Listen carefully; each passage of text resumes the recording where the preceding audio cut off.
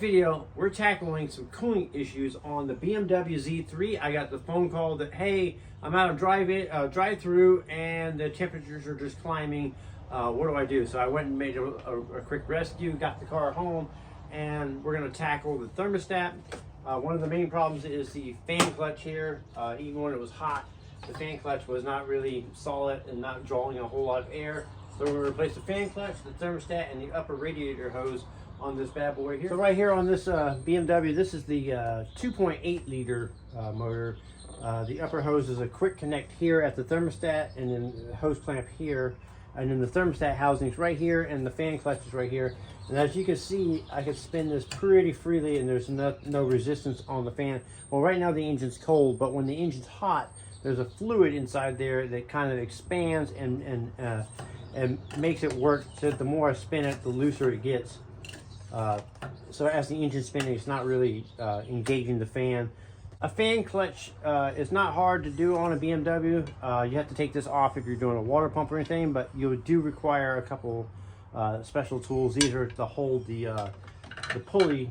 So you'll hook this one on the pulley here, and then this on the fan clutch, and crack them free. So you'll need a couple of those. All right. So as we take the fan clutch out with the fan itself, the fan shroud has to come out with it. So there's a couple clips on each side here. So you're gonna pop these clips out here like this, one on each side here.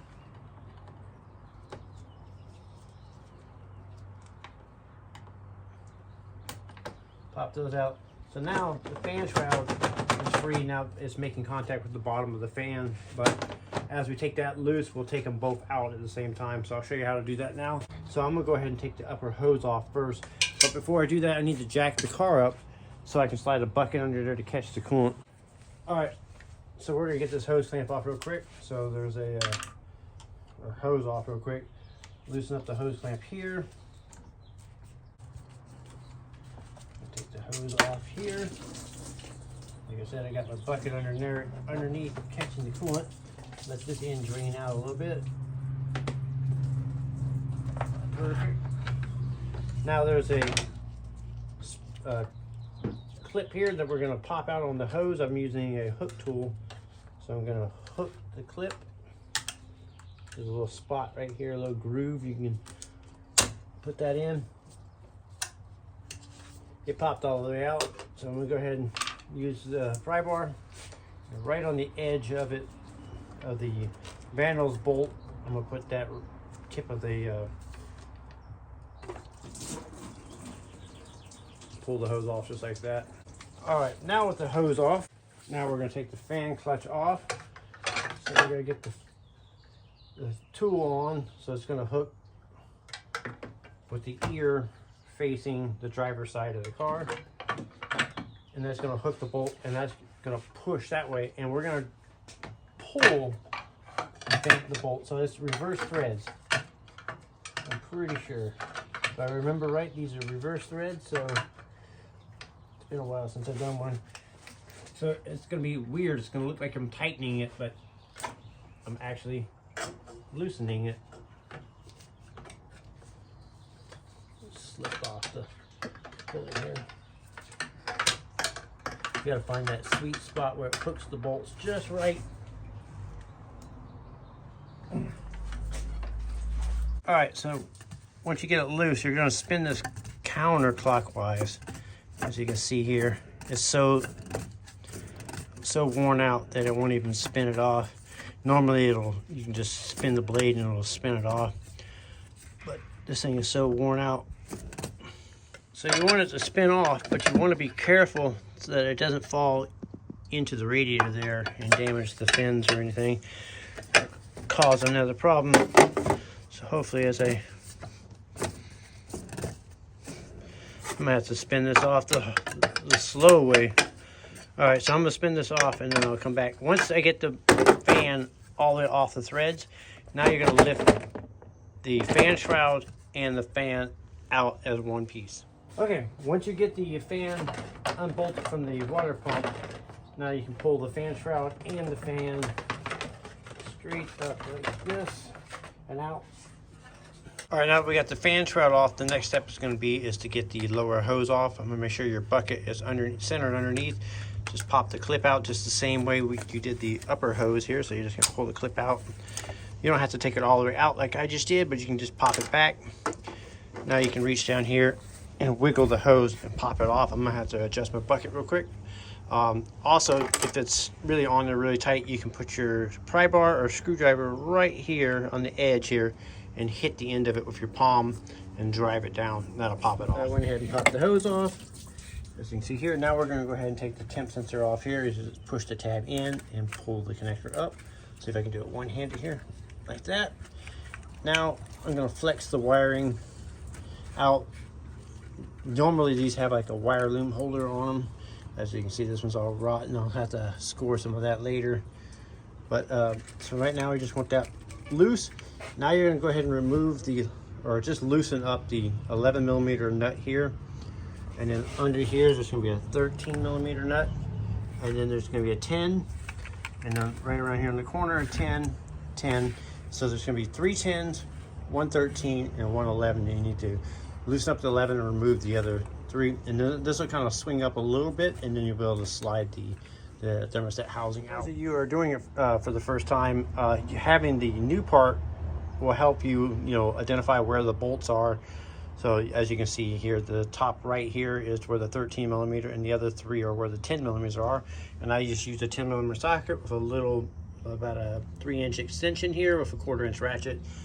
Once you get the 3 10s removed and the 13 and the 11 loose, this is all you need, just loose enough.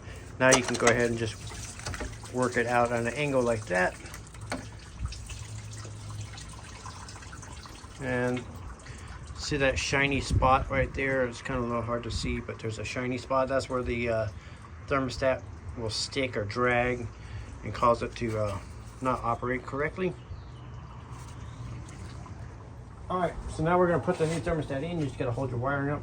You're going to put it in at an angle and rotate it up like this, and you want this ear to go underneath the bracket right here. So you have to scoop it in behind it. You might even want to push this out like that. So it'll look like this. Hold the wiring up, hold the bracket up, out of the way.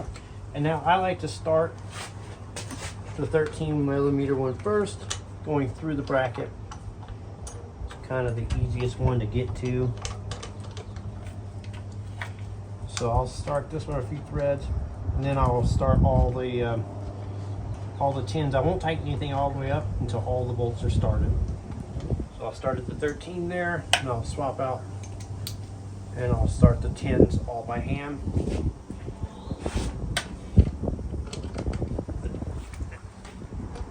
And once I got them all started, then I'll run them in and tighten them up. All right, so now that you got the thermostat, all the bolts mounted, now you can go ahead and snug them up. So I do it until they're tight and snugged up, and then about a 1/4 turn more, and I do it in a crisscross pattern. So I did the bottom one there, and now I'll do the top here. Then I'll do this bottom one here, and then I'll tighten up the 13mm last. Then I'll tighten up the 11mm, and that'll finish the install of that. Now you can go ahead and plug the sensor in here, and then we'll work on the hose next. All right, so now we're ready to put the hose back on the bottom here. I put the clip back in and push it in all the way till it's fully seated. Now on the O-ring here, I put a little bit of silicone-based grease. So I use a little bit of this brake caliper grease here. It's the clear stuff. It's called Seal Glide, and I'll show you what it looks like. So it looks like that. So I put just a little bit on the tip of my finger like that, and then I rub it on just the O-ring. I don't get it down in the coolant or anything. Put it on the O-ring, just a little thin layer like that, and then that'll help slide it on. So then now you're gonna line it up with a little groove on the housing here with a groove on the hose, and you're just gonna pull until you hear that hose click into place. So you'll hear it. Let's see if I can get this down here for you guys. Once you hear that click, now you know it's fully seated. And I always like to give it a good little tug, make sure it's not going to pop back off. So we'll put the upper hose on in a minute. Now we're going to work on the fan shroud and the fan clutch here. So we're going to quickly change over the fan over to the fan clutch here from the old one to the new one. You just got 3 screws here to hold it on, or 3 bolts. They're Allens, they're 5mm Allens, so you're gonna take those out and then just swap it over and tighten those up. So I just swapped it over. I didn't use any thread locker or anything on these bolts. They didn't come with it from the factory, so I didn't use it on the new part here. I just transferred them straight over, run them until they're snug, and about a quarter turn more, good to go. One of the things I wanted to point out is you want to check your fan's blades itself and look for stress cracks, especially around here, around this housing right here. If there's any stress cracks or anything like that, definitely recommend replacing the blade itself. This one's in really good shape, so we're going to reuse it. And also you can tell by how you can feel that, you know, if it's in good shape, the blade should have some flex to them. If they're in bad shape, they get hard and brittle, and then even just flexing it like that might break them. So if you run across that, definitely replace your blade as well. But this one's in good shape, so we're going to reuse it, throw it back on the vehicle. Now we're ready to put the fan shroud and fan clutch back in. So one of the things I wanted to point out is these little ears on the bottom of the fan shroud here. If you look down here at the very bottom, you'll see a little ear there and a little ear right here, actually right here. That's where the fan clutch, these little portions right here, are going to hook into. So as you're going to put it in, it's going to be shifted over to the side just a little bit to clear the hose, and then you shift it back to the towards the radiator hose here, and then you hook it in there. And at the same time, we're going to be balancing the fan clutch at the same time. I'll show you that in just a second, and slide it in there. Once you got it all hooked in there, then you can go ahead and start the fan clutch. Remember, this fan clutch is backwards threads, reverse threads on this thing. So lefty is going to be tighty, and you're going to spin it counterclockwise to tighten it up. Tie these in together, like I said, just the way we took them out. It helps if you have it going in the right direction. All right, here we go. So slide them in together. Around the backside. So as you can see, I'm reaching around the backside, doing the old reach around, trying to get it in the position. There's one, and look at this one. This is hung up on that hose clamp. There we go. There we go. So now I got it. So now that I got the fan shroud kind of in there, I'm gonna go ahead and spin this on.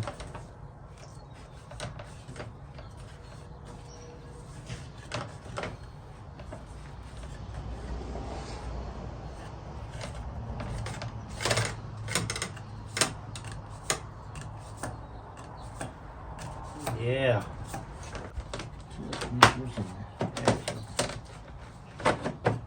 There you go. So it's got a hook here too. You want a hook there, hook in the bottom. Once it's all hooked, then you can go ahead and put your clips back in. Put those back in. And now fan shroud secure. Now we're gonna snug the, put a wrench on it and actually snug it up. 2mm here. And then put the counter holding wrench here.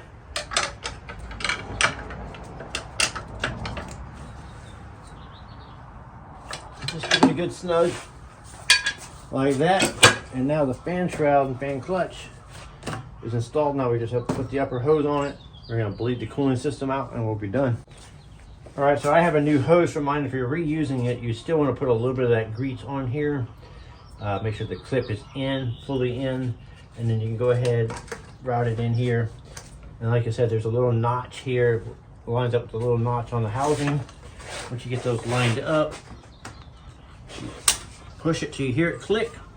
Now you can go ahead and put your hose clamp on and put it on the neck and tighten the hose clamp right here on the side. Now we're going to top it off with coolant. So take the cap off, but we need to remove this bleeder screw right here with a flat blade screwdriver. So I like to pull it completely out. Just want to make sure there's an O-ring in here. It doesn't fall off. Sometimes they'll fall off, but no, it's still on here. So take that completely out. We're going to fill it up with BMW approved coolant until it overflows out of the bleeder screw here. And then we'll remove some of the coolant. There's a little float in here, and it has a diagram right here how they want the float to be with the engine cold. All right, so like I said, I'm just going to fill it up until it overflows out of that little vent tube there. And you'll see a bunch of air bubbles and stuff come out, and we'll just keep filling it up until all the bubbles will come out. You can see the float starting to come up, so the float will come all the way up. When it's at the proper level, you'll see the diagram here. You'll follow that until the float's at the proper level. If you overfill these are what they call expansion tanks, and they will create too much pressure in the system. Either the bottle will break, the radiator will break, a hose will pop off, something like that. So you want to fill these to the proper level and bleed all the air out at the same time.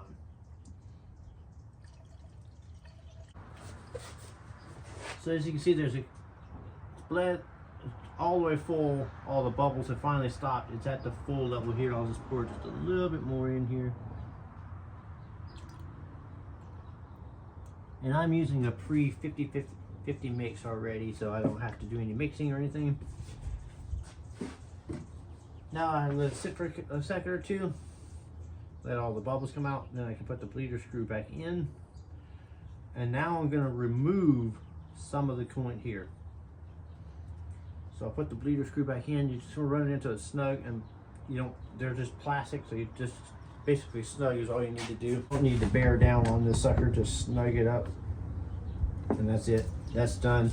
Now we're going to remove some of the coolant, and then we're going to start it up and run it until that thermostat opens up. We may even take it for a little test drive and then come back, let it cool down, and double check our level, or re-bleed the whole system. Take the bleeder screw back out, fill it back up with coolant until it's overflowing again. Put the bleeder screw back in a second time, and then just adjust the level to the proper level, and you should be good after that. All right, to remove some of the coolant, I just use this little, this is made by Vacula, is the company that you just put it in and you pull, and as you pull it'll draw the fluid in. Turkey baster works really good for this too, one that you're not willing to reuse. So you just want to draw some coolant out until this level, this bobber, will get to the proper level, which will be about right there, which is almost level with the top of the tank here. Now these can stick a little bit, so I like to just give it a little touch it with my fingers, make sure it's not, because they'll cock over to the side or whatever, and just kind of adjust it. So this one needs a little bit more coolant removed.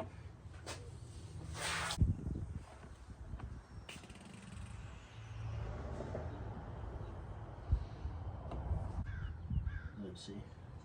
You can also kind of look down in here and see. Alright. That looks like we're at the, let's bring it up just a little bit. So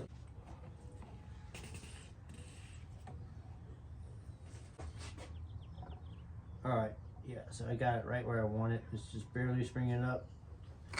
So now I'm going to put the cap on, wipe all this up, and go for a test drive.